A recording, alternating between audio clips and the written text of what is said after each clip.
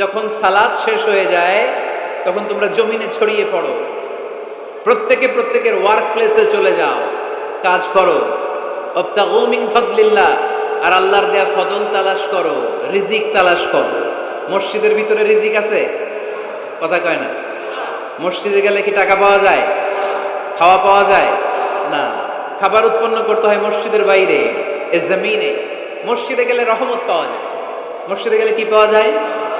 এজন্য মসজিদে ঢোকার সময় আমরা কোন পা দিয়ে ঢুকি আর কি পড়ি? আল্লাহুম্মা ইফতাহলি আবওয়াবা রাহমাতিক, আল্লাহুম্মা ইফতাহলি আবওয়াবা রাহমাতিক। আমরা বলি, হে আল্লাহ, আপনি আপনার রহমতের দরজা আমাদের জন্য খুলে দেন। সুবহানাল্লাহ পড়েন।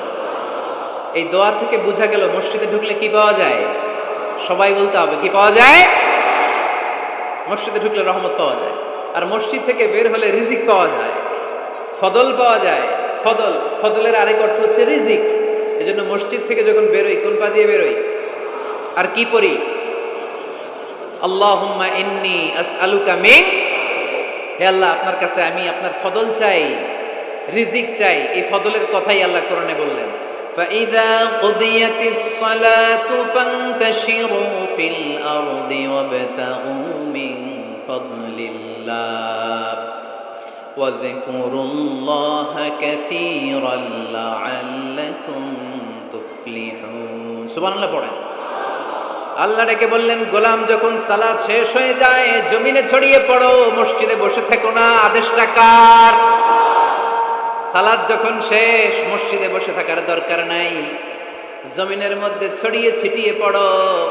ওয়াবতাগু মিন ফাদলিল্লাহ, আমার ফদল তালাশ করো, আমার রিজিক তালাশ করো, বেশি বেশি আমাকে স্মরণ করো। সুবহানাল্লাহ পড়ে। তার মানে ইসলামের বিধান হচ্ছে, যখন সালাতের সময় হবে আপনি মসজিদে যাবেন, আবার সালাত শেষ আপনি আপনার কাজে চলে যাবেন। when you are done with your salah, spread out to your workplace। কাজ শেষ তো আপনার কর্মস্থলে চলে যান। এটা হচ্ছে ইসলামের নিয়ম। নামাজের আজান যখন হবে সবাই মসজিদে ঢুকবে, সালাম ফিরিয়ে নামাজ শেষ সবাই মসজিদ থেকে বের হয়ে যাবে। শিক্ষক চলে যাবে স্কুলে, কৃষক চলে যাবে ফসলের খেতে, ব্যবসায়ীরা চলে যাবে শপিং মলে, মেম্বার অব দ্য পার্লামেন্ট চলে যাবে সংসদ ভবনে। যে যার কাজের মধ্যে সে তাড়াতাড়ি ইনভলভ হয়ে যাবে। সালাত শেষ, কাজে ঝাঁপিয়ে পড়ো। আদেশটা কার? তাহলে ইসলামে ইবাদতের অ্যাটিটিউডটা বুঝতে পারছেন? কাজের সময় কাজ, নামাজের সময়, আওয়াজ করে বলেন, কাজের সময়, নামাজের সময়। সুন্দর হয়েছে না বিষয়টা? ফাইদা কুদিয়াতিস সালাতু ফান্তাশিরু ফিল আরদ, যখন তোমাদের সালাত শেষ তখন জমিনে ছড়িয়ে পড়ো। জমিনটাকে আল্লাহ আমাদের জন্য উর্বর বানিয়েছেন। জমিনে বীজ রোপণ করে দিলেই এখানে ফসলের ব্যবস্থা করে দেয় কে? ওয়াল্লাযী জাআলা লাকুমুল আরদা যালুলান ফামশু ফি মানাকিবিহা ওয়া কুলু মির রিজকি ওয়া ইলাইহিন নুশুর। তিনি তো এমন সত্তা যিনি তোমাদের জন্য জমিনটারে ফ্ল্যাট বানিয়ে দিয়েছেন, সমতল বানিয়ে দিয়েছেন। এই জমিনের অলিতে গলিতে, বনে বাদারে, রাস্তায়, সাগরে, পাতালে, পাহাড়ে, বিভিন্ন জায়গায় তোমরা ঘুরে বেড়াও। সেখানে যে আমি আল্লাহর রিজিক তালাশ করো। সুবহানাল্লাহ। এই জমিনটাকে আল্লাহ সাহালাতুল মাসালিক, চলার জন্য সহজ বানিয়ে দিয়েছেন। ফ্ল্যাট, উঁচু নিচু নাই। এই যে লক্ষ্মীপুরের আজকে এই যে প্যান্ডেলের এইখানে উঁচু নিচু আছে, আজকে এইখানে যদি উঁচু হতো ওইখানে নিচু হতো, আমরা ঠিক মতো দেখতে পারতেন? বিমান থেকে এটা খুব সুন্দর দেখা যায়, জমিনটা খুব ফ্ল্যাট দেখা যায়, সমতল। এই সমতল হওয়ার কারণে এখানে চাষাবাদের সুযোগ সুবিধা করে দিয়েছে কে? তাহলে বোঝা গেল এই জমিনটা সমতল এবং উর্বর, ভেরি ফার্টাইল ল্যান্ড। আমাদের সালাত শেষ আমরা কাজে চলে যাব, আবার আজান হলে মসজিদে ঢুকে যাবে। এটাই হচ্ছে ইসলামের নিয়ম। সাইয়েদনা ওমর ফারুক যখন মসজিদে নববীর ইমাম, তিনি ইয়ামান দেশের কিছু লোকদের সাথে সাক্ষাৎ করলেন। কোন দেশের? ইয়ামান, যুদ্ধ বিধ্বস্ত একটা দেশ এখন। প্রাচীন নগরী হাদ্রামাউত, বা'লাবাক, এই ইয়ামান দেশের কিছু লোকের সাথে তিনি সাক্ষাৎ করলেন। তারা গোল হয়ে বসে থাকে, নামাজের পরে যায় না, বসে বসে সুবহানাল্লাহ পড়ে, আলহামদুলিল্লাহ পড়ে জিকির করে। ওমর ফারুক ভাবলেন, দেখি পরের ওয়াক্তে কি হয়। উনি আসরের নামাজে ইমামতি করতে আসলেন, এসে দেখলেন ইয়ামানের লোকেরা মসজিদের বারান্দায় আশেপাশে বসে আছে, সবাই যায়, এরা যায় না। মাগরিবের সালাতে উনি ইমামতি করতে আসলেন, ওমরে ফারুক নামাজ শেষ করে দেখলেন সবাই চলে যায়, কিন্তু ইয়ামানের লোকগুলো যায় না। এশার সালাত পর্যন্ত তিনি ওয়েট করলেন। এশার নামাজ পড়ে চলে যাওয়ার সময় ওমরে ফারুক দেখলেন সবাই নামাজ পড়ে কাজে চলে যায়, কিন্তু ইয়ামান দেশের লোকগুলো যায় না। ওমরে ফারুক বললেন, মা বালুকুম মা খাতবুকুম, ঘটনা কি, কি হয়েছে তোমাদের? সবাই নামাজ পড়ে চলে যায়, কাজে যায়, তোমরা যাও না কেন? এখানে কি করো? ইয়ামানিরা বলতে শুরু করলো, নাহনু আল মুতাওয়াক্কিলুনা আলাল্লাহ, আমরা এখানে আল্লাহর উপর তাওয়াক্কুল করে বসে আছি। ওমরে ফারুক অবাক হলেন, আনতুম আল মুতাওয়াক্কিলুনা ফিল্লাহ, তোমরা আল্লাহর উপর তাওয়াক্কুল করে বসে আছো? তো এই যে সারাটা দিন ঘাপটি মেরে এখানে বসে থাকলে তোমাদের খাবার আসে কোত্থেকে? উপার্জন হয় কি করে? ইনকাম আসে কোত্থেকে? রুজি রুটি হয় কোত্থেকে? ইয়ামানি লোকগুলো বললো, আমরা এখানে বসে বসে জিকির করি, তেলাওয়াত করি, বুজুর্গের মতো বসে থাকি, আমাদের বুজুর্গিয়া জিকির দেখে আশেপাশের লোকেরা এসে আমাদেরকে খাবার দিয়ে যায়। উমরে ফারুক বললেন, সর্বনাশ, তাইলে তো তোমরা আল মুতাওয়াক্কিলুনা ফিল্লাহ না, তোমরা হচ্ছে আল মুতাওয়াক্কিলুনা আলা বা'দিকুম বা'দা, একে অপরের উপর নির্ভরশীল। যারা প্লেটে করে খাবার নিয়ে আসে তোমরা তাদের উপর তাওয়াক্কুল করছো, কারণ তারা যদি প্লেট ভরে খাবার নিয়ে আসে তোমাদের পেটে কোনো দানা পানি পড়বে না। তোমরা আল্লাহর উপর মুতাওয়াক্কিলুনা আলাল্লাহ না, তোমাদের সাধ্যের সবটুকু করার পরে তারপরে তোমরা তাওয়াক্কুল করবে। কি সুন্দর ইসলাম! এক সাহাবী বললেন, ইয়া রাসূলুল্লাহ, আমি উটে চড়ে এসেছি, তো আপনি তো আমাদেরকে তাওয়াক্কুলের ওয়াজ করেছেন, আমি উটের রশিটা গাছের মধ্যে না বেঁধে যদি শুয়ে থাকে আল্লাহর উপর তাওয়াক্কুল করি, ওটটা থাকবে না? বিশ্বনবী বললেন, না, তোমার ওট থাকবে না, আগে রশি দিয়ে ওটটা বাঁধো, ইআকিলহা সুম্মা তাওয়াক্কাল আলাল্লাহ, আগে টাইট করে রশি দিয়ে গাছের সাথে ওটের রশিটা বাঁধো, এরপর আল্লাহর উপর তাওয়াক্কুল করো। এইটার নাম তাওয়াক্কুল। চিল্লায় বলেন ঠিক কিনা? আপনার পার্টটা আপনার করতে হবে, আপনার যে রোল, এই রোলটা প্লে করতে হবে। আপনার সর্বোচ্চটুকু করার পরে আমরা তাওয়াক্কুল করি একজনের উপর। চিল্লায় বলেন তিনি কে? ওমরে ফারুক বললেন, তোমরা মুতাওয়াক্কিলুনা আলাল্লাহ নাও, তোমরা বের হয়ে যাও, খবরদার এরপরে কোনো দিন তোমাদেরকে যেন এই মসজিদের মধ্যে ঘাপটি মেরে গোল হয়ে বসে থাকতে না দেখা যায়। কারণ ফাইদা কুদিয়াতিস সালাতু ফান্তাশিরু ফিল আরদ ওয়াবতাগু মিন ফাদলিল্লাহ, ইসলামের বিধান হচ্ছে যখন নামাজ শেষ মসজিদে বসে থাকা যাবে। চিল্লায় বলেন বসে থাকা যাবে? যাবে না, সর্বোচ্চটুকু করে তারপরে আপনাকে বের হয়ে যেতে হবে। প্রতিদিন সকালবেলা পাখির বাসা থেকে দেখবেন পাখিগুলো খালি পেটে বের হয়ে যায়। আপনাদের এই এলাকায় পাখির বাসা আছে? কি পাখির বাসা আছে? হ্যাঁ, সব পাখি আছে? তো সকালবেলা দেখবেন পাখির বাসা থেকে পাখিগুলো খালি পেটে বের হয়ে যায়। বিকেল বেলায় পাখিগুলোর ওদর ফুর্তি করে পেট ভর্তি করে আবার পাখির নিড়ে ফিরিয়ে দেয় কে? কারণ পাখিগুলো তাওয়াক্কুল করেছে কার উপর? পাখিগুলো তাওয়াক্কুল করে যদি পাখির নিড়েই বসে থাকতো, ওদের পেটে খাবার আসতো? কথা বলেন। বিশ্বনবী এটাই বললেন, তাকদু খিমাসান ওয়া তারুহু বিতানান, তোমরা যদি পাখির মতো তাওয়াক্কুল করো, মানে আল্লাহর উপর তাওয়াক্কুল করে জমিনে বের হয়ে যাও, তোমাদেরও রিজিকের দায়িত্ব নিয়ে নিবে কে? সকালবেলা প্রতিটা পাখি না খেয়ে বের হয়ে যায়, একটা পাখির পেটের ভেতরে কোনো দানা পানি নাই, কিন্তু আল্লাহর উপর তাওয়াক্কুল করে পাখিগুলো যখন বের হয়ে যায়, বিকেল বেলা পেট ভর্তি করে উদর ভর্তি করে আবার পাখির নিরে পাখিগুলোরে ফিরিয়ে দেয় কে? পাখিগুলো কি আমাদের মতো খাবার জমা করে রাখতে পারে? আমরা তো 7 দিনের বাজার একবারে করে ফ্রিজে রাখি। পাখিদের ফ্রিজ আছে না? আছে। আমাদের অতিরিক্ত টাকা হলে আমরা ব্যাংকে ব্যালেন্স করে রাখতে পারি, অ্যাকাউন্ট করে রাখতে পারি। পাখিরাও তো অ্যাকাউন্ট করে রাখে না? না, প্রতিদিন না খেয়ে বের হয়। কালকে ওই পাখিটা কি খাবে, কোন জায়গা থেকে তার রিজিকের ব্যবস্থা হবে আল্লাহ ছাড়া কেউ জানে। এটার নাম তাওয়াক্কুল। এটার নাম কি? আমাদের সাধ্যের, আমাদের ক্যাপাসিটি, আমাদের ক্যাপাবিলিটির সবটুকু করে আমরা তাওয়াক্কুল করি একজনের উপর। চিল্লায় বলেন তিনি কে?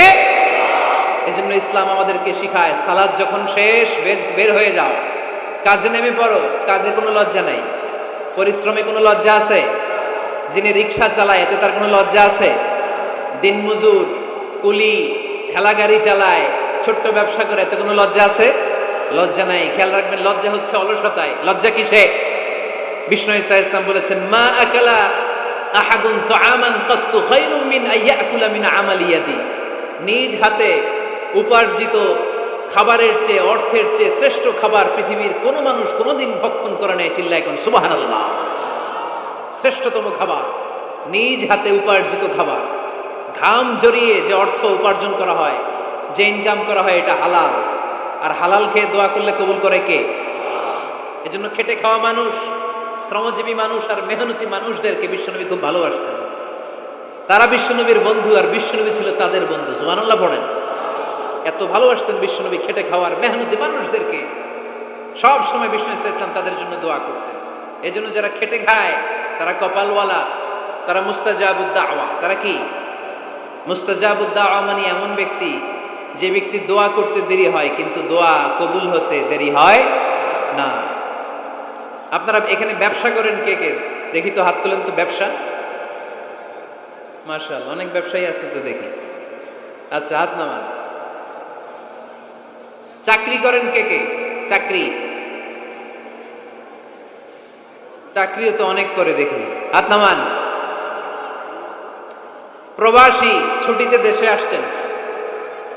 হুজুর আমি আছি কই? আপনি দেখতে আসছেন? মাশাআল্লাহ। কোন দেশে থাকেন? সৌদি আরব।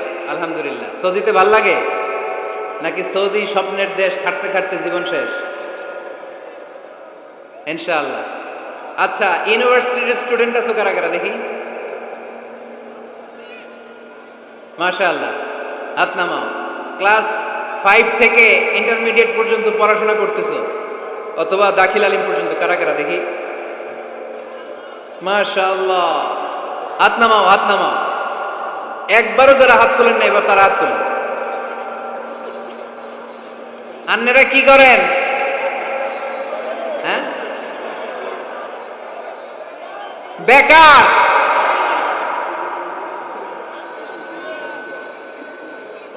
বাংলাদেশে চাকরির বাজার খুব মন্দা, ঠিক কিনা? বাংলাদেশ ইন্ডিয়াতে চাকরি পেতে অনেক কষ্ট। সামান্য একটা পদের জন্য যেখানে চেয়েছে ক্লাস 8 পাস, এখানে ডবল মাস্টার ডিগ্রি অ্যাপ্লাই করছে কয়েক লক্ষ। এজন্য আমাদেরকে উদ্যোক্তা হতে হবে। You have to be the entrepreneur. আমাদের উদ্যোক্তা দরকার, বেশি বেশি নতুন নতুন উদ্যোক্তা। নিজেই এমন আইডিয়া নিয়ে আসবে যেই আইডিয়া বিক্রি করে দুর্দান্ত আইডিয়া দিয়ে তুমি পুরো দেশ কাঁপিয়ে দিতে পারো। পারা যাবে না লক্ষ্মীপুরের ছেলেরা? আইডিয়ার অনেক দাম। You have to generate new ideas. নতুন নতুন আইডিয়া এনে মানুষ গোটা বিশ্বকে তাক লাগিয়ে দিচ্ছে। এই যে গত কয়েক বছর আগে কারের একটা রাইড চালু হয়েছে, নাম হয়েছে উবার। কি নাম? ঢাকায় যারা চলাফেরা করেন তারা হয়তো চড়েছেন। উবারের নাম শুনছেন না? কি করে জানেন? নিজেদের ব্যবসা নাই, পুঁজি নাই, পাত্তি নাই, অফিস নাই, কিচ্ছু নাই, কোটি কোটি টাকা হাতায় নিচ্ছে। Just idea, just they are generating new ideas. নতুন নতুন আইডিয়া দিয়ে গোটা বিশ্ব কাঁপিয়ে নিয়েছে একটা মোবাইল অ্যাপসের মাধ্যমে। কিসের মাধ্যমে? Mobile apps. একটা কোম্পানি খুলেছে, গোটা বিশ্বের সব প্রাইভেট কারওয়ালারা ওইখানে রেজিস্ট্রেশন করে আপনি মোবাইলে কোথায় যাবেন, কোত্থেকে যাবেন লিখবেন, গাড়ি আপনার বাড়ির সামনে এসে হাজির। তার একটা পার্সেন্টেজ ওই উবার কোম্পানি পায়। ইউনাইটেড স্টেটস অফ আমেরিকার একটা স্টেট আছে সান ফ্রান্সিসকো, ওইখান থেকে শুরু করছে। 775টা সিটিতে ওদের অপারেশন আছে। বাংলাদেশে ঢাকাতেও আছে, আমি মালয়েশিয়াতে থাকি, ওখানেও আছে, ওখানেও আমরা চড়ি। প্রায় 63টা দেশে ওদের কাজ বাজ আছে। গত বছরে 2018 সালে ওদের প্রফিট ছিল, রেভিনিউ ছিল 11.27 billion US dollar, 11.27 US billion dollar. Just they are selling their ideas. নতুন নতুন আইডিয়া দিয়ে গোটা বিশ্ব কাঁপাচ্ছে। এই উবার যখন চালু হলো, আমি তখন মালয়েশিয়ায়, শুনলাম বাংলাদেশে নতুন আর একটা বাইর হইছে, পাঠাও। কি নাম? এটা বোধহয় সারা বাংলাদেশ ব্যাপী হয় নাই, 3টা জায়গায়, সিলেটে, চট্টগ্রামে আর ঢাকায়। এরা আরো চালাক। বাংলাদেশের ছেলেপেলেদের মাথায় চিকন চিকন অনেক বুদ্ধি। এরা ভাবলো এই উবার দিয়ে আর আমরা কত আগাবো, আমাদের গাড়ি আরো ছোট করতে হবে। এরা মোটরসাইকেল রাইড দেওয়া শুরু করছে। জ্যামের শহর ঢাকা, চিপা চাপা দিয়া এরা আপনারা নিয়ে জায়গা মতো পৌঁছায় দেবে। তো এই যে উবারের পরে আমাদের ছেলেরা বানাইলো পাঠাও। এরপরে কত কিছু বানাচ্ছে ছেলেপেলেরা, আমি তো এগুলো দেখে অবাক। রকমারি.com নাম শুনছো? বিক্রয়.com নাম শুনছো? ঘরে বসে বসে কোটি কোটি টাকা হাতিয়ে নিচ্ছে তারা, just they are selling their ideas. যেহেতু আমাদের চাকরি কম, ওই চাকরির বাজারে আমরা লাইন দিতে চাই না, আমাদের মেধাকে খাটিয়ে খাটিয়ে আমরা নতুন তরুণ উদ্যোক্তা বানাতে চাই। চিল্লায় বলো ঠিক কিনা? উদ্যোক্তা যত বাড়বে ততই দেশের কল্যাণ হবে। মানুষ তাদের আইডিয়াকে কাজে লাগিয়ে গোটা বিশ্বকে তাক লাগিয়ে দিচ্ছে। আমরা আমাদের সমতল ভূমিতে চাষ করতে চাই না। মালয়েশিয়াতে একটা এলাকা আছে ক্যামেরুন হাইল্যান্ড, ওরা পাহাড়ের মধ্যে চাষাবাদ করে গোটা মালয়েশিয়ার খাদ্যদ্রব্যের অভাবকে মুক্ত করে দিয়েছে। পাহাড়ের মধ্যে ওখানে ফুলের বাগান, ক্যামেরুন হাইল্যান্ড প্রায় 6000 ফিট উঁচু, প্রচন্ড ঠান্ডা।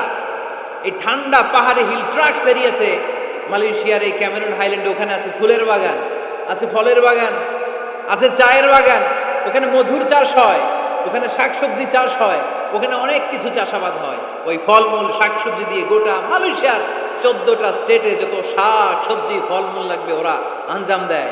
আর আমরা আমাদের সমতল ভূমিতে চাষ করতে চাই না। আমরা চাষাবাদকে খুব লজ্জা মনে করি, এটা ভুল আইডিয়া। আমাদের যে এলাকা যেই জিনিসের জন্য বিখ্যাত ওইটাকে আমাদের ব্র্যান্ডিং করতে হবে। লক্ষ্মীপুর কিসের জন্য বিখ্যাত? নারিকেল সুপারি।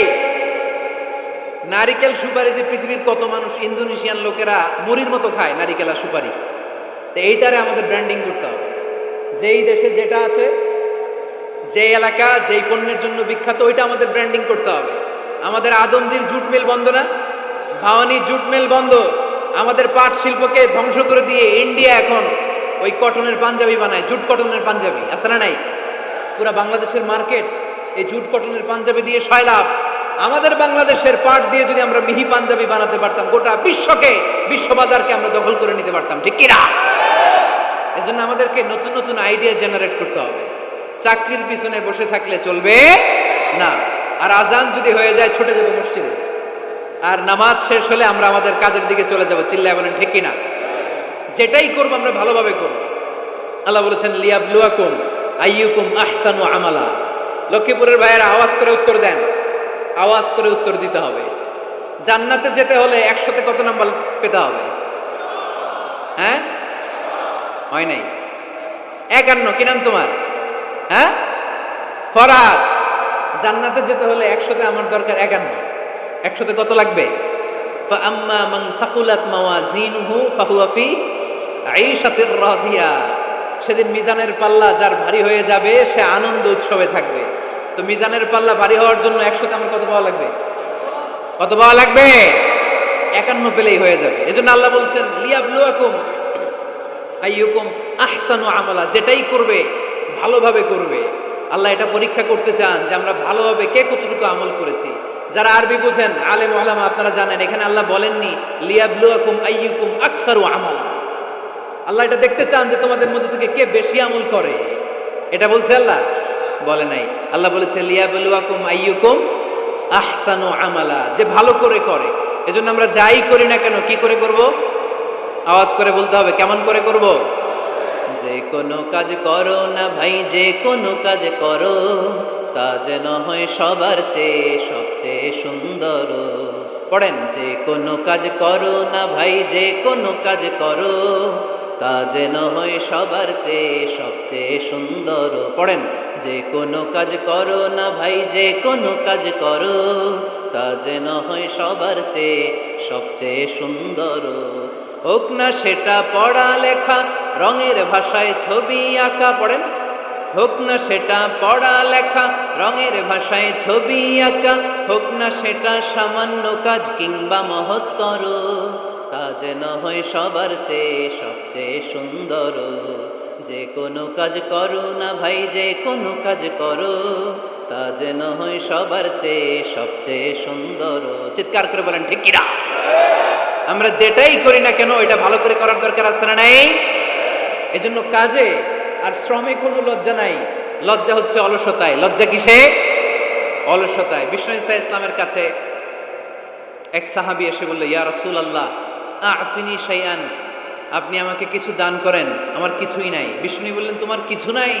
সাহাবী বললেন, ইয়া রাসূলুল্লাহ ঘরে আমার শুধু 2টি জিনিস আছে। কয়টা? চিল্লায় বলেন কয়টা?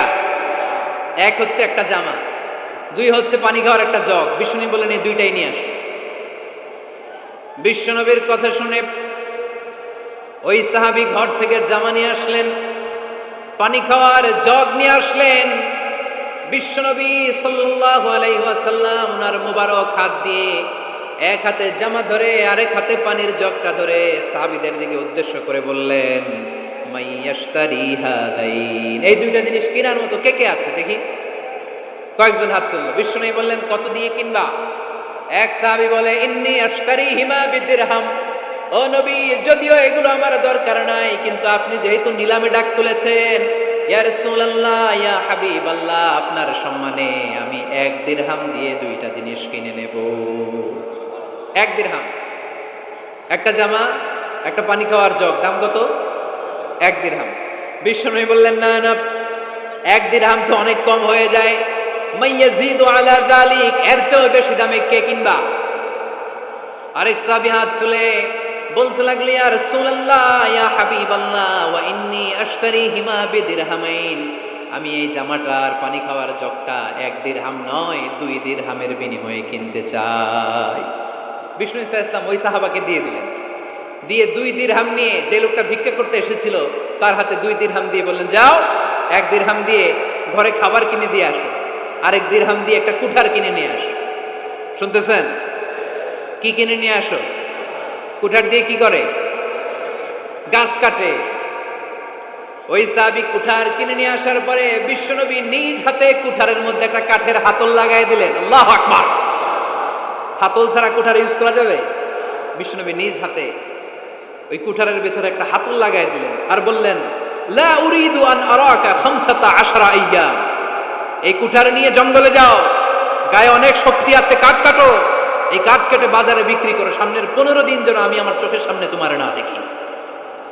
বিশ্বনবীর পরামর্শ অনুযায়ী কুঠার নিয়ে ওই সাহাবী জঙ্গলে চলে গেলেন। কাঠ কেটে বাজারে বিক্রি করতে করতে 15 দিন পরে 10 দিরহাম নিয়ে বিশ্বনবীর দরবারে হাজির হয়ে গেলেন। 10 দিরহাম নিয়ে বিশ্বনবীর কাছে হাজির হয়ে গেলেন।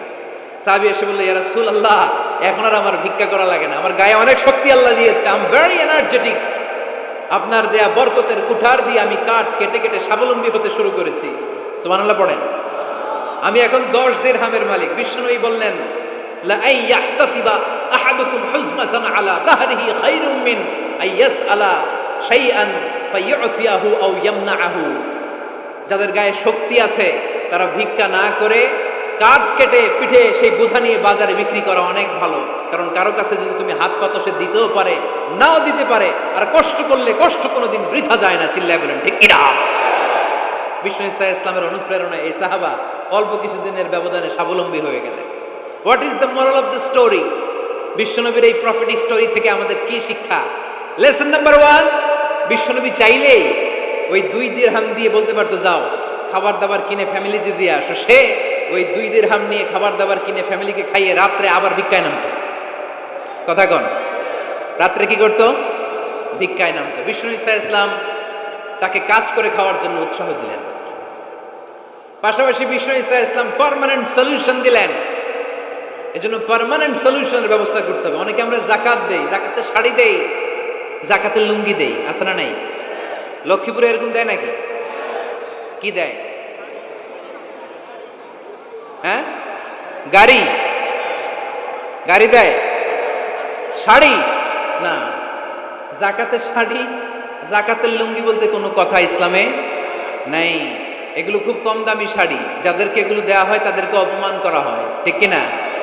আল্লাহ বলেছেন, ওয়ালাকাদ কাররামনা বানি আদম, I have dignified the status of the sons of Adam, আমি আদমের সব সন্তানদেরকে সম্মানিত করেছি। সুবহানাল্লাহ পড়েন।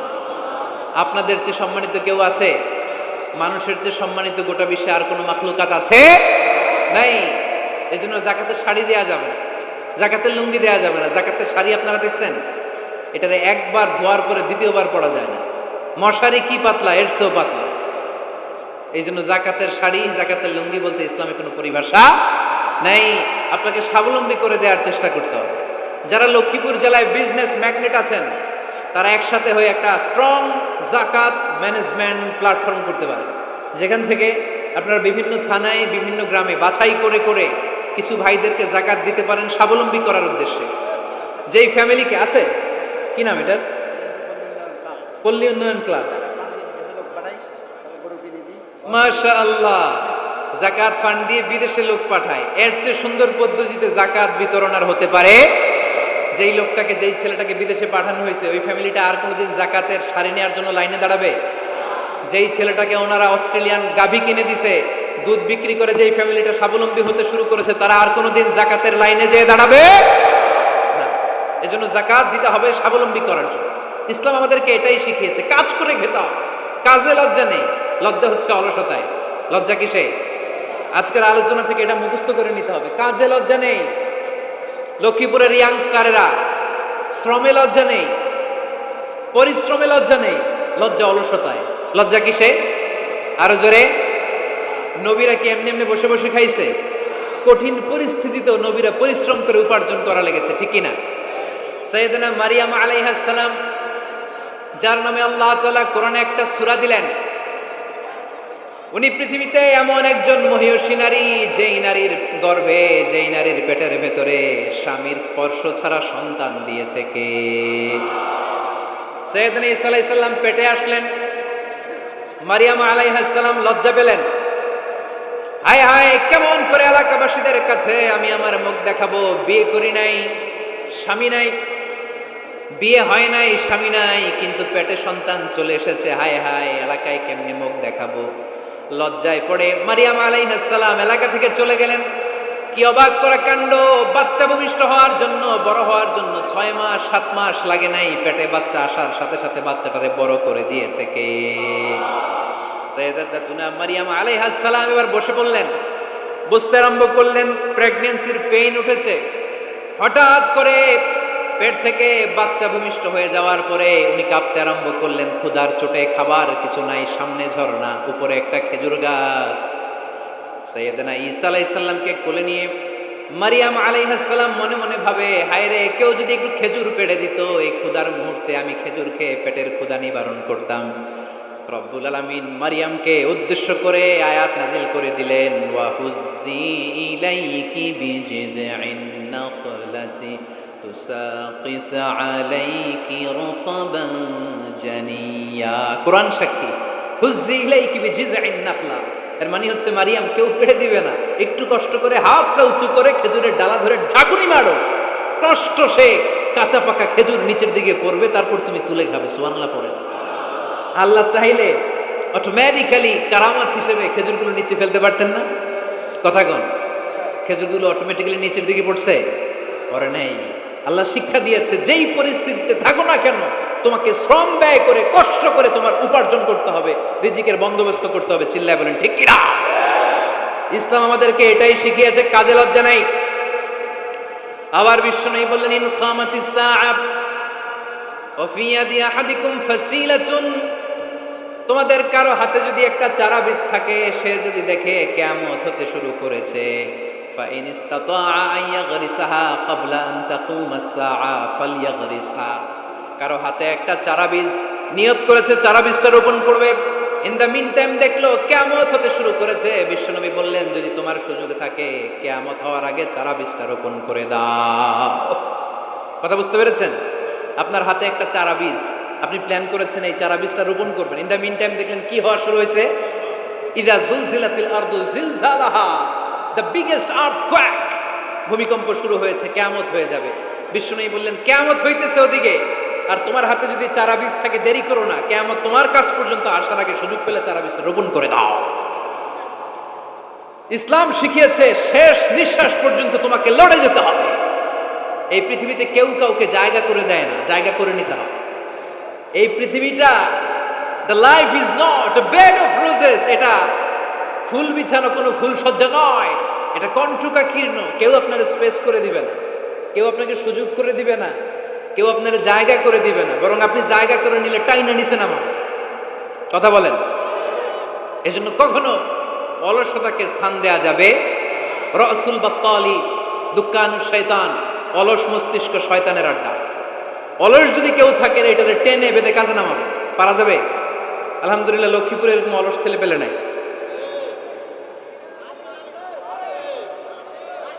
আছে? আমরা আজকে অলসতাকে নো বলে যাবো এই মাহফিল থেকে। অলসতাকে আমরা কি বলবো? আওয়াজ করে বলতে হবে, অলসতাকে কি বলবো আমরা? মুমিনের জীবনে কোনো অলসতা নাই। অলস হয় মুনাফিকরা। অলস হয় কারা? চিল্লায় বলতে হবে। মুমিনরা অলস হয়। অলস হয় কারা? এজন্য কোরআনে আল্লাহ একথাও বলে দিলেন, ওয়াইদা কামু ইলাস সালাতি কামু কুসালা ইউরাউনান নাসা ওয়ালা ইয়াযকুরুনাল্লাহা ইল্লা কালিলা। সুবহানাল্লাহ পড়েন।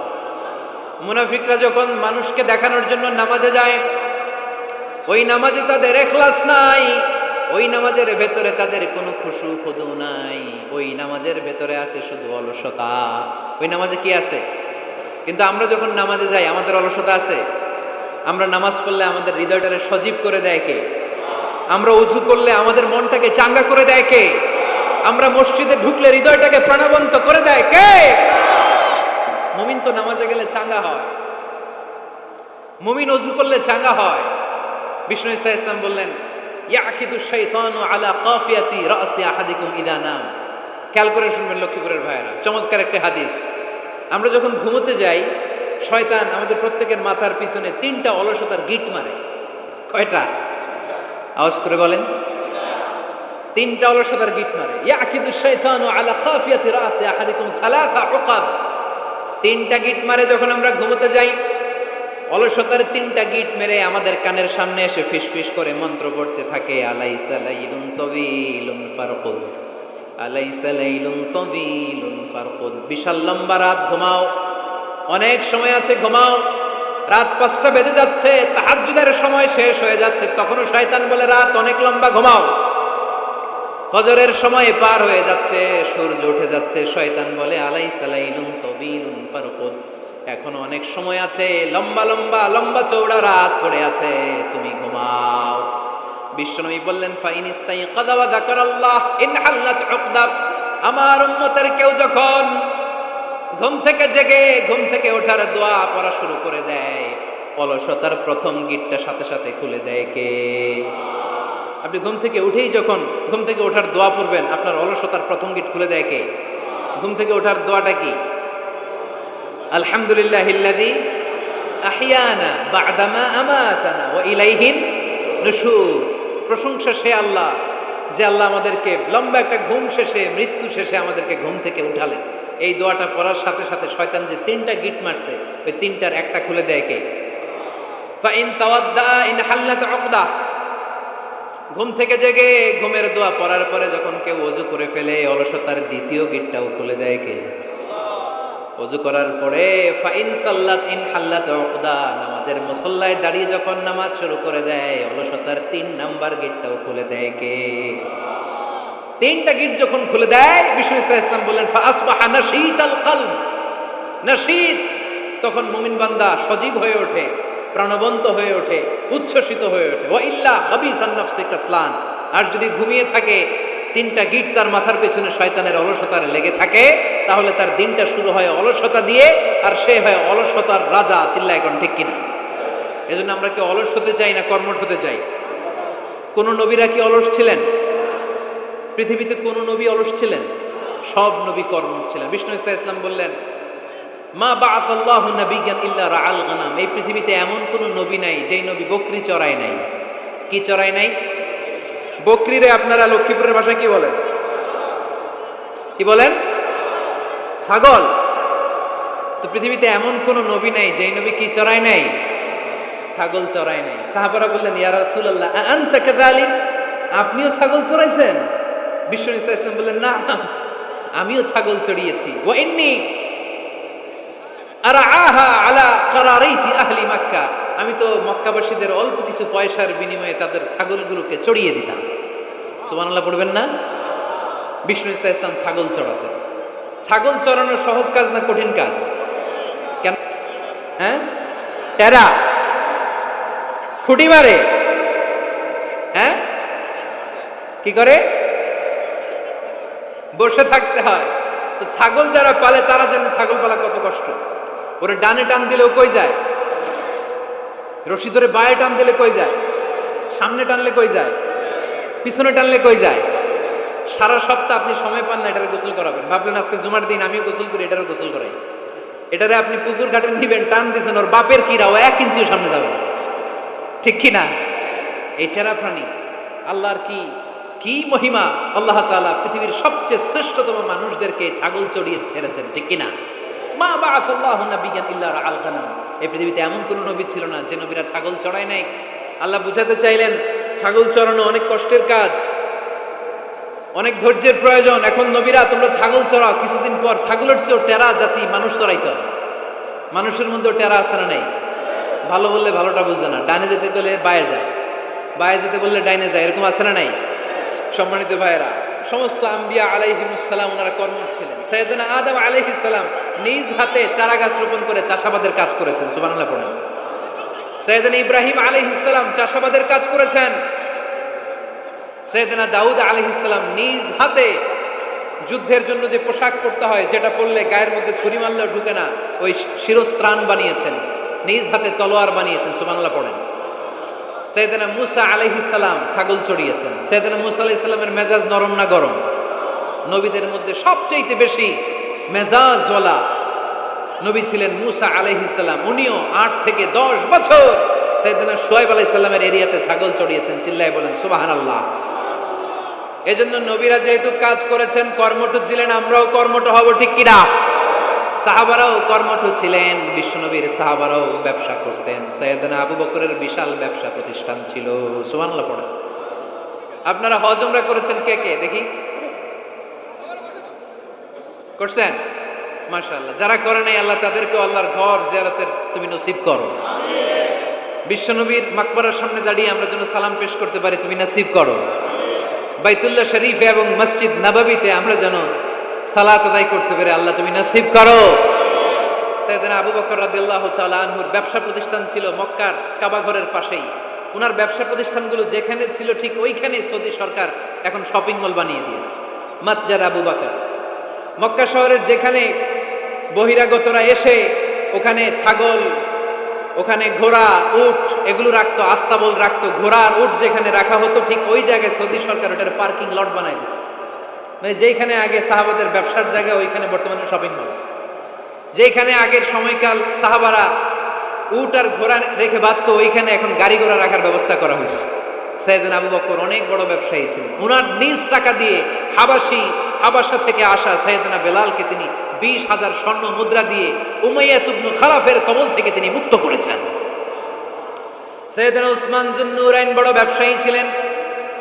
নিজের টাকা দিয়ে মদিনার মুসলমানেরা পানি খেতে পারে না, বিরে রুমা নামে একটা কুয়া ছিল, এই কুয়ার মালিক ছিল ইহুদি। মুসলমানেরা পানি খেতে গেলে সে বকা দিত, পানি খেতে দিত না।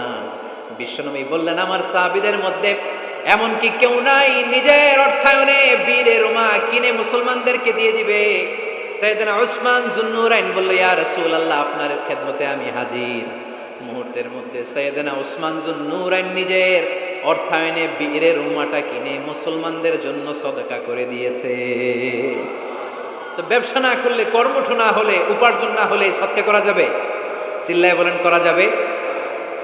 সুনানে তিরমিজির বর্ণনা, বিষ্ণু ঈসা ইসলাম মক্কা থেকে যত সাহাবারা হিজরত করে মদিনায় এসেছে, মদিনাতে কোনো না কোনো সাহাবার সাথে বিশ্বনবী ভ্রাতৃত্বের বন্ধনে আবদ্ধ করে দিয়েছে, সুবহানাল্লাহ পড়েন। এজন্য মক্কা থেকে যারা এসেছে এদেরকে বলে মুহাজির, এদেরকে কি বলে? আর মদিনায় যারা ছিল এদেরকে বলে আনসার, এদেরকে কি বলে? আওয়াজ করে উত্তর দিবেন। মক্কা থেকে যারা এসেছে তাদের নাম, আর যারা মদিনার সাহাবী তাদের নাম আনসার। আজকে এই মাহফিলে লক্ষ্মীপুর এর বাইরে থেকে কারা কারা আসছেন দেখি?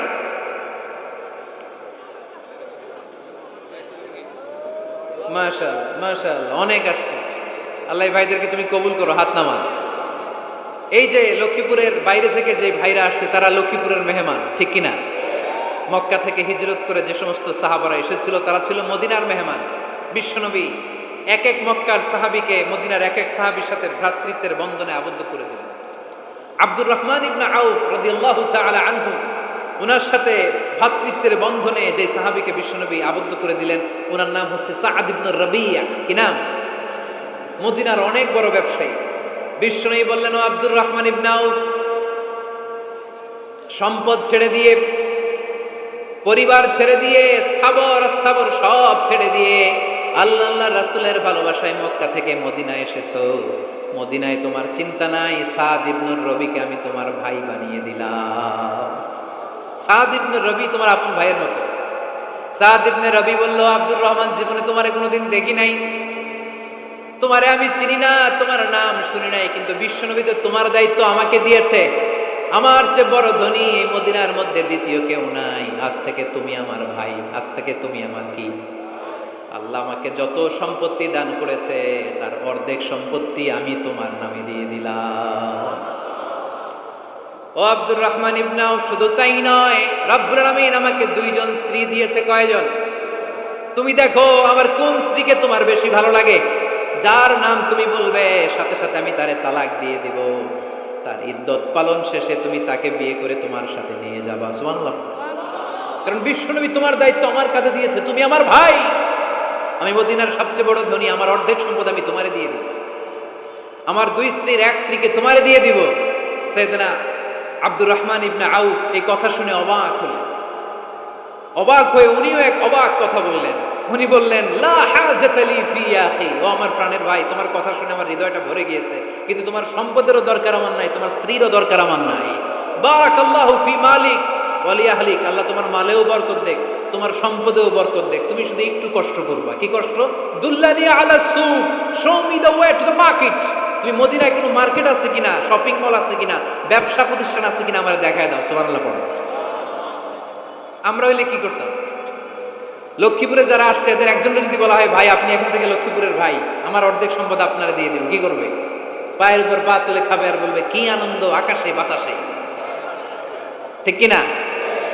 এরপর যদি বলি, ভাই আমার দুই বউ, যেটারে সুন্দর লাগে বলেন তালাক দিয়ে দেই, নিয়ে যান, কি বলবে? কি আনন্দ আকাশে বাতাস। আল্লাহ রাসূলের সাহাবী আব্দুর রহমান ইবনে আউফ বললেন, লা হাজাতা লি ফি, আমার দরকার নেই। দুল্লানি আলা সুক, just show me the way to market, এখানে মার্কেট কই আছে দেখায় দাও। অবাক হয়ে গেলেন সাদ বিন রবি, বললেন, ও আব্দুর রহমান ইবনে আউফ, ঠিক আছে, তুমি যদি নিতে না চাও তোমারে আমি জোর জবরদস্তি করব না। শুনে রাখো, মদিনাতে ইহুদিদের কয়নুকার একটা বাজার আছে। এই কথা বলার সাথে সাথে আব্দুর রহমান ইবনে আউফ চলে গেলেন। এর পরের দিন অল্প কিছু পনির আর ঘি দিয়ে ব্যবসা শুরু করলেন। পনির আর ঘিয়ের ব্যবসা করতে করতে করতে করতে ব্যবসায় তিনি এত লাভ করলেন, উনি বললেন, আমি যদি কখনো মদিনার বালুর মধ্যে হাত দিতাম, ওই বালুটারও সোনা বানায় দিত কে? দুল্লানি আলা সুক, লক্ষ্মীপুরের কর্মঠ যুবক ভাইরা, এই আব্দুর রহমান ইবনে আউফ আমাদের প্রেরণা। উনি অন্যের ঘাড়ে পাড়া দিয়ে খেতে চায় নাই, আরেকজনের উপর ডিপেন্ডেন্ট বা নির্ভরশীল হতে চায় নাই। তিনি স্বাবলম্বী হওয়ার শিক্ষা, লেসন কিয়ামত পর্যন্ত গোটা বিশ্বের যুবকদের জন্য রেখে গিয়েছে। চিল্লায় বলো ঠিক কিনা? দুল্লানি আলা সুক, show me the way to market. Market কোথায় দেখাও। পনির আর ঘি নিয়ে ব্যবসা করতে করতে কয়েক মাসের ব্যবধানে ইতিহাস সাক্ষী সাইয়েদনা আব্দুর রহমান ইবনে আউফ মদিনার বিশাল বড় বিজনেস ম্যাগনেটে পরিণত হয়ে গেলেন। চিল্লায় পড়েন আল্লাহু আকবার। এজন্য ব্যবসার ভিতরে বরকত ঢুকিয়ে দিয়েছে কে? বিষ্ণু বললেন, আত-তাজিরা সাদুকাল আমিন মা'আন নাবিয়্যিন ওয়াস সিদ্দীকিন ওয়াশ শুহাদা ওয়াস সালিহিন। আমানতদার ব্যবসায়ী, তারা সাধারণ কোনো মানুষ নয়, কিয়ামতের দিন নবীদের সাথে হাসর হয়ে যাবে। আপনারা যারা ব্যবসা করেন, এটা সাধারণ বিষয় নয়। বিষ্ণু ইসলাম নিজেও ব্যবসায়ী ছিলেন।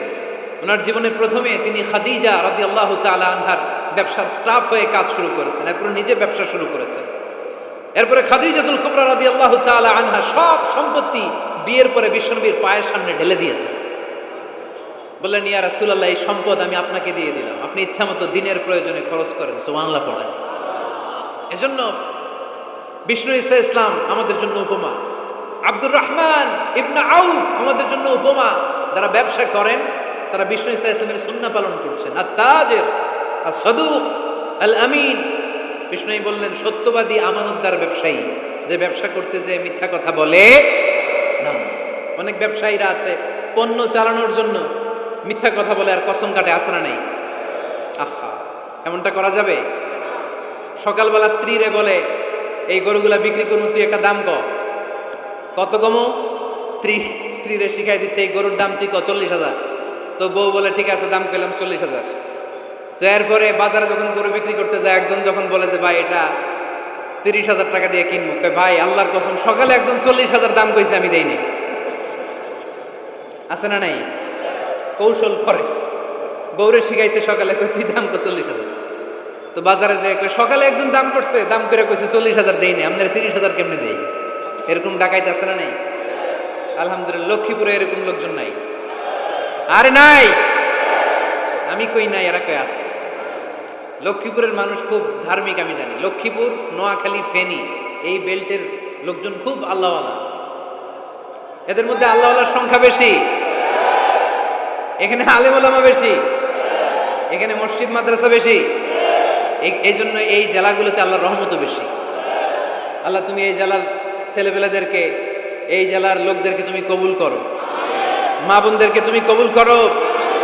সম্মানিত ভাইয়েরা, এজন্য আজকের মাহফিল থেকে আমরা যেটা শিখলাম সেটা হচ্ছে পরিশ্রমে কোনো লজ্জা আছে? আমরা কাজ করে খাবো, ঠিক কিনা? Never under estimate any job. যুবক ভাইয়েরা, লক্ষ্মীপুরের যুবক ছেলেরা শুনতেছ? এরকম আওয়াজ করতে হবে, কান খাড়া করে শুনো। Never under estimate any job. কোনো চাকরিকে ছোট করে দেখা যাবে, whether it's small or big, you don't care. এটাকে কেয়ার করা যাবে না। ছোট্ট চাকরি পাইলেই ঢুকে যাবা, বড় অফার আসলে পরে ঢুকবা। এটা ছোট কাজ, এটা হোটেলের ওয়েটার, এটা ছোট্ট স্টাফ, এটা কেরানি না। কাজ কাজই, কাজের মধ্যে কোনো ছোট বড় নাই। খেটে খাওয়া মানুষকে বিশ্বনবী অনেক সম্মান করতেন। বিশ্বনবী সাল্লাল্লাহু আলাইহি ওয়াসাল্লাম খেটে খাওয়া মানুষদেরকে এত ভালোবাসতেন, বিদায় হজের মতো এত গুরুত্বপূর্ণ ভাষণও এই মেহনতি মানুষদের কথা বাদ যায় না। সুবহানাল্লাহ পড়বেন না? দিনটা ছিল জুমাবার। বিশ্বনবী সাল্লাল্লাহু আলাইহি ওয়াসাল্লাম আরাফাতের ময়দানে দাঁড়িয়ে ঐতিহাসিক একটা ভাষণ দিলেন। এই ভাষণের নাম হলো বিদায় হজের ভাষণ। এই বিদায় হজের ভাষণেও খেটে খাওয়া মানুষের কথা বিশ্বনবী বাদ দেয় নাই। বিশ্বনবী বলেছেন, আরিক্কাআকুম, আরিক্কাআকুম, খবরদার অধীনস্থ কর্মচারীদের সাথে খারাপ আচরণ করো না। আতঈমুহুম মিম্মা তাকুলুন ওয়াকসুহুম মিম্মা তালবিসুন। খবরদার মনে রেখো, তোমরা যা খাবে তোমাদের অধীনস্থ কর্মচারীদেরও তা খাওয়াবে, তোমরা যা পড়বে তাদেরও তা পড়াবে। বিশ্বনবী শেষ নিঃশ্বাস ত্যাগ করে যাওয়ার আগে যেই কয়েকটা কথা বলেছিলেন তার মধ্যে মেহনতি মানুষদের জন্য কথা আছে রাড়াই।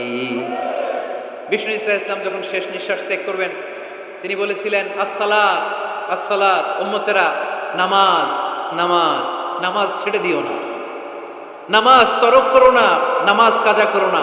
আর বলেছিলেন, ওমা মালাকাত আইমানুকুম, অধীনস্থ কর্মচারীদের সাথে খবরদার খারাপ আচরণ করো না। যারা কর্মচারীদের সাথে খারাপ আচরণ করে, যারা মানুষের কাছ থেকে শ্রম নিয়ে কাজ করিয়ে টাকা দেয় না, কিয়ামতের দিন তাদের বিরুদ্ধে মামলা দায়ের করবে কে? কে করবে? হাদিসে কুদসি সাক্ষী বিষ্ণু ইসা ইসলাম বলেন, আল্লাহ তাআলা ফরমান, আনা খাসমুহুম সালাসাতুন আনা খাসমুহুম ইয়াউমাল কিয়ামা। তিন শ্রেণীর ব্যক্তির বিরুদ্ধে আল্লাহ বলেন, আমি নিজেই কিয়ামতের দিন মামলা দায়ের করব। I will be against them in the day of judgment. Three categories of people, I will be against them in the day of judgment. তিন শ্রেণীর লোক কিয়ামতের দিন তারা ছাড় পাবে না। আল্লাহ বলেন, আমি নিজেই তাদের বিরুদ্ধে মামলা দায়ের করব। এর মধ্যে এক শ্রেণীর লোক হচ্ছে রাজুলুন ইস্তাআজারা জিরান ফাস্তাউফা মিনহু ওয়া লাম ইয়াতি আজরা। একজন শ্রমিক ভাড়া করে তার কাছ থেকে কাজ নিয়েছে, কিন্তু তার পারিশ্রমিক আদায় করে নাই। এরকম আছে না নাই? দাপট দেখায়, দাপট দেখায় ইউনিভার্সিটির ক্যান্টিনগুলোতে। ইউনিভার্সিটির ক্যান্টিনে যে খায় মাগার বিল দেয় না, এরকম ডাকাইতে আছে না নাই? চায়ের দোকানে চা খেয়ে পরে দিন বিল দেয় না, আছে না নাই? দোকানে যে পণ্য কিনে বিল দেয় না, পরে দিন, আছে না নাই? কিয়ামতের দিন আল্লাহ তোর এই মাস্তানি ছুটাবে, চিল্লা এখন ঠিক কিনা? আনা খাসমুহুম, আমি নিজেই তাদের বিরুদ্ধে মামলা দায়ের করব। কথাটা কার? এজন্য বিশ্বনবী বললেন, খবরদার মেহনতি মানুষ, খেটে খাওয়া মানুষ, এদের দোয়া কবুল হয়ে যায়। আতুল আজিরা আজরাহু ক্বাবলা আন ইয়াজিফা আরাকুহু। খবরদার, বিশ্বনবী বললেন, শ্রমিকের ঘাম শুকিয়ে যাওয়ার আগে তাদের পারিশ্রমিক মিটিয়ে দাও। বিশ্বনবীর বিখ্যাত হাদিস, আতুল আজিরা আজরাহু ক্বাবলা আন ইয়াজিফা আরাকুহু। শ্রমিকের ঘাম মাটিতে লাগার আগে, শুকিয়ে যাওয়ার আগে তাদের পারিশ্রমিক মিটিয়ে দাও। কেননা তারা যদি বদদোয়া করে তোমার জীবনকে জাহান্নাম বানিয়ে দিবে কে? বিষ্ণু ঈসা ইসলাম সব সময় খেটে খাওয়া মানুষদেরকে আগলে রাখতেন। সব সময় শুধু যে ভাষণে মেহনতি মানুষদের সাথে ভালো আচরণ করতে বলতেন, শ্রমিকদের সাথে ভালো আচরণ করতে বলতেন এমনটা নয়, ওনার ব্যক্তিগত জীবন ঘাটলেও দেখা যায় উনি শ্রমিকদের সাথে কেমন আচরণ করেছেন। বিষ্ণু ঈসা ইসলামের একজন খাদেম ছিল, আপনারা তার নাম জানেন? কি নাম? সবাই বলেন আনাস। আওয়াজ করে বলেন বিশ্বনবীর খাদেমের নাম। নামটা কেমন লাগে? ভালো লাগে? ছেলে হইলে রাখবেন তো? রাখবেন? অনেকে আমার জিজ্ঞেস করে যে আমার একটা ছেলের নাম বলে দেন। এই এলাকার যদি কারো সম্ভাব্য আগন্তুক 2-1 মাস পরেই ছেলে পৃথিবীতে আসবে, এর নাম রাখবেন আনাস। নাম কি রাখবেন? খাদিমু রাসূলিল্লাহ, আল্লাহ রাসূল সাল্লাল্লাহু আলাইহি ওয়াসাল্লামের খাদেম। এই খাদেমের কাছ থেকে একটু শুনেন ওনার মালিক কেমন ছিল, শুনবেন নাকি কষ্ট হচ্ছে? সম্মানিত ভাইয়েরা খেয়াল রাখবেন, কোন পীর সাহেবের ব্যাপারে যদি আপনি রিপোর্ট চান, পীর সাহেবের বউয়ের কাছ থেকে শুনবেন। কথা কয় না, বোঝে নাই বোধ হয়। একজন পীর সাহেব হুজুর উনি কেমন, রিপোর্ট নেবেন কার কাছ থেকে? কার কাছ থেকে? বউয়ের কাছ থেকে। একজন বড় সাহেব, বড় নেতা, তার ব্যাপারে যদি রিপোর্ট পেতে চান, আমি কয়েকটা জায়গা বলে দিই, এই জায়গাগুলো থেকে রিপোর্ট নেবেন। 1 নাম্বার তার ড্রাইভার, 1 নাম্বার। 2 নাম্বার তার বাড়ির দারোয়ান, 2 নাম্বার। 3 নাম্বার তার খাদেম, 3 নাম্বার। 4 নাম্বার তার ঘরের কাজের মেয়ে, 4 নাম্বার। এদের কাছ থেকে আসল রিপোর্ট পাওয়া যায়, ঠিক কিনা? এবার বিশ্বনবীর ব্যাপারে বিশ্বনবীর খাদেম কি বলে শুনবেন? বুঝে নাই বোধহয়। বিশ্বনবীর ব্যাপারে বিশ্বনবীর খাদেম কি কমেন্টস করছে শুনতে চান? খাদেমের নাম আরো জোরে বলতে হবে। আনাস রাদিয়াল্লাহু তাআলা, আনাস রাদিয়াল্লাহু তাআলা আনহু বলেন, বিশ্বনবী যখন মক্কা থেকে মদিনায় হিজরত করে আসলেন, মদিনার অলিতে গলিতে আনন্দের বন্যা বয়ে গেল। তলা আল বাদরু আলাইনা বলে সবাই বিশ্বনবীকে বরণ করে নিল, সবাই বিশ্বনবীর সাথে দেখা করতে আসলো। সবাই যখন আনসারী নারী পুরুষরা দেখা করতে যায়, আমার আম্মাও বলল, আনাস মক্কা থেকে বিশ্বনবী এসেছে, চলো তোমারে নিয়ে দেখা করতে যাই। আনাসের মা আনাস রাদিয়াল্লাহু তাআলা আনহু তখন খুব ছোট্ট, তিনি যে দেখে মানুষের ভিড়ে আনাসকে নিয়ে সামনে যাওয়া যায় না। আর তিনি দেখলেন মদিনার অলিতে গলিতে মানুষের ভিড়, আনসারী আবাল বৃদ্ধ বনিতা নারী পুরুষ সবাই বিশ্বনবীর সাথে দেখা করছে। আর যারাই দেখা করছে হাতে কোনো না কোনো হাদিয়া নিয়ে বিশ্বনবীর সাথে দেখা করতেছে। সুবহানাল্লাহ কইবেন না? আনসারী যত সাহাবারা বিশ্বনবীর সাথে দেখা করতে এসেছে কি নিয়ে আসছে? কথা কয় না? তাহাদাও তাহাব্বু, হাদিয়া দাও, একে অপরকে হাদিয়া দাও, তোমাদের মধ্যে ভালোবাসার বন্ধনকে বাড়িয়ে দিবে কে? আনাসের মা বললেন, আমি মানুষ ধাক্কাতে ধাক্কাতে বিশ্বনবীর সামনে পর্যন্ত গেলাম, যে দেখি সবাই বিশ্বনবীর হাদিয়া দেয়। আমি বিশ্বনবীর সামনে যে কাঁদো কাঁদো সরে বললাম, ইয়া রাসূলুল্লাহ ইয়া হাবিবাল্লাহ, লাম ইউবকি রাজুলুন ওয়ালা ইমরাআতুন মিনাল আনসার ইল্লা ক্বাদ আতহাফাকা বিতুহফা। ও নবী, আমি দেখতে পেয়েছি আনসারী এমন কোন নারী নাই, এমন কোন পুরুষ নাই যে আপনাকে আপনার হাতে কোনো না কোনো হাদিয়া দেয় নাই। ওয়া ইন্নী লা আকদিরু আলা যালিকা মা উতহিফুকা বি, কিন্তু ইয়া রাসূলুল্লাহ ইয়া হাবিবাল্লাহ, আমার কাছে তো কোনো টাকা নাই, আমার কাছে কোনো পয়সা নাই, আমার ঘরে এমন কোনো জিনিস নাই যেই জিনিসটা আমি আপনারে হাদিয়া দেব, ইল্লা ইবনি হাদা, আমার এই নার ছেঁড়া ধন কলিজার টুকরা সন্তান আনাস ছাড়া। ও আখিরি জামানার পয়গম্বর, আমি আমার কলিজার টুকরা আনাসকে আপনারে হাদিয়া দিয়ে দিলাম। ইয়া রাসূলুল্লাহ, মদিনার আনসারী এমন কোন নারী পুরুষ কেউ তো বাকি নাই যে আপনাকে হাদিয়া দেয় নাই, সবাই তো হাদিয়া দেয়, কিন্তু আমি তো হাদিয়া দেওয়ার মতো আমার কাছে কিছু নাই, আপনার দরবারে হাদিয়া পেশ করার মতো। আল্লাহু মুহাম্মাদুর রাসূলুল্লাহ সাল্লাল্লাহু। আপনারা কি হাদিস থেকে নেয়া এই গল্পটা বুঝতে পেরেছেন? কথাটা শুনতেছিলেন? আনাস রাদিয়াল্লাহু তাআলা আনহুর মা বললেন, ইয়া রাসূলুল্লাহ, আনসারী এমন কোন নারী নাই, এমন কোন পুরুষ নাই যে আপনারা হাদিয়া দেয় নাই, কিন্তু আমার তো হাদিয়া দেওয়ার মতো কিছু নাই, আমার এই কলিজার টুকরা আনাস ছাড়া। কি আর আমি করব, আমার কলিজার টুকরা আনাসকে আমি আপনার দরবারে হাদিয়া দিয়ে দিলাম। ইয়া রাসূলুল্লাহ, আমার ছেলেটারই আপনারা হাদিয়া দিলাম। খুদ হাদা ইয়াখদুমু কামা বাদালাক, আপনার যেই কাজ লাগবে, যেই খেদমতের প্রয়োজন আপনার এই খেদমত করবে। ও নবী, আমি জানি আনাস আপনার বেশি খেদমত করতে পারবে না। আনাস আপনার মেসওয়াক এনে দিবে, অজুর পানি এনে দিবে, জুব্বা লাগলে জুব্বাটা এনে দিবে, ছোটখাটো কাজ করে আপনারে সাহায্য করবে। আমার কলিজার টুকরা সন্তানকে চিরকালের জন্য আমি আপনারে হাদিয়া দিয়ে দিলাম। আনাস রাদিয়াল্লাহু তাআলা আনহু বর্ণনা করছেন, আমি দাঁড়িয়ে দাঁড়িয়ে শুনছি আমার আম্মা বলছে আমি নাকি বিশ্বনবীর জন্য হাদিয়া। সুবহানাল্লাহ পড়েন। এবার খেদমত শুরু করলো সাইয়েদনা আনাস। ছোট্ট মানুষ কি আর করবে, কতটুকু খেদমত আর করতে পারবে? বিশ্বনবীর মেসওয়াকটা এনে দেয়। সুবহানাল্লাহ পড়েন। বিশ্বনবীর আতরের শিশিটা এনে দেয়, বিশ্বনবীর জাইতুনের তেলের বোতলটা আগিয়ে দেয়, বিশ্বনবীর জামাটা প্রয়োজনে বিশ্বনবীর হাতে এনে দেয়। সাইয়েদনা আনাস বলেন, আমি 1 বছর নয়, 2 বছর নয়, 5 বছর নয়, 7 বছর নয়, 10 বছর বিশ্বনবীর খেদমত করেছি। ফামা দরাবানি, 10 বছরে একদিনও তিনি আমারে মারে নাই। সুবহানাল্লাহ। একদিন আমার গায়ে হাত তোলে নাই। হাত তোলা তো দূরের কথা, ওয়ালা সাব্বানি, কোনোদিন গালি দেয় নাই। ওয়ালা আবাসা আলা ওয়াজহি, কখনো বিরক্তি সুরে ভ্রু কুচকে আমার দিকে বিশ্বনবী কোনোদিন তাকায় নাই। সুবহানাল্লাহ পড়ে। কোনোদিন আমার গায়ে হাত তোলে নাই। আরে হাত তোলা তো দূরের কথা, আমাকে ধমকি পর্যন্ত দেয় নাই। ধমকি দেয়া তো দূরের কথা, আমরা অনেক সময় বিরক্ত হয়ে ভ্রু কুচকাই না। এরকম বিরক্তি হলে আমরা কারোর প্রতি বিরক্ত হলে কি হয়? কপাল ভ্রু কুচকে ওঠে, ঠিক কিনা? সাইয়েদনা আনাস বললেন, কোনোদিন মারে নাই। খাদেম বলতেছে, খাদেম, বড় সাহেবের রিপোর্ট কার থেকে নিতে হয়? হয় খাদেম, নয় দারোয়ান, নয় ঘরের কাজের মেয়ে, তা না হলে ড্রাইভার। বিশ্বনবীর খাদেম বিশ্বনবীর ব্যাপারে কি কমেন্ট করছে? মা সাব্বানি ওয়ালা জারাবানি ওয়ালা আবাসা ফি ওয়াজহি। এই 10 বছরের খেদমতের জিন্দেগিতে কোনোদিন বিশ্বনবী আমারে মারে নাই, গায়ে হাত তুলে নাই। আরে হাত তোলা তো দূরের কথা, একটা ধমকও দেয় নাই।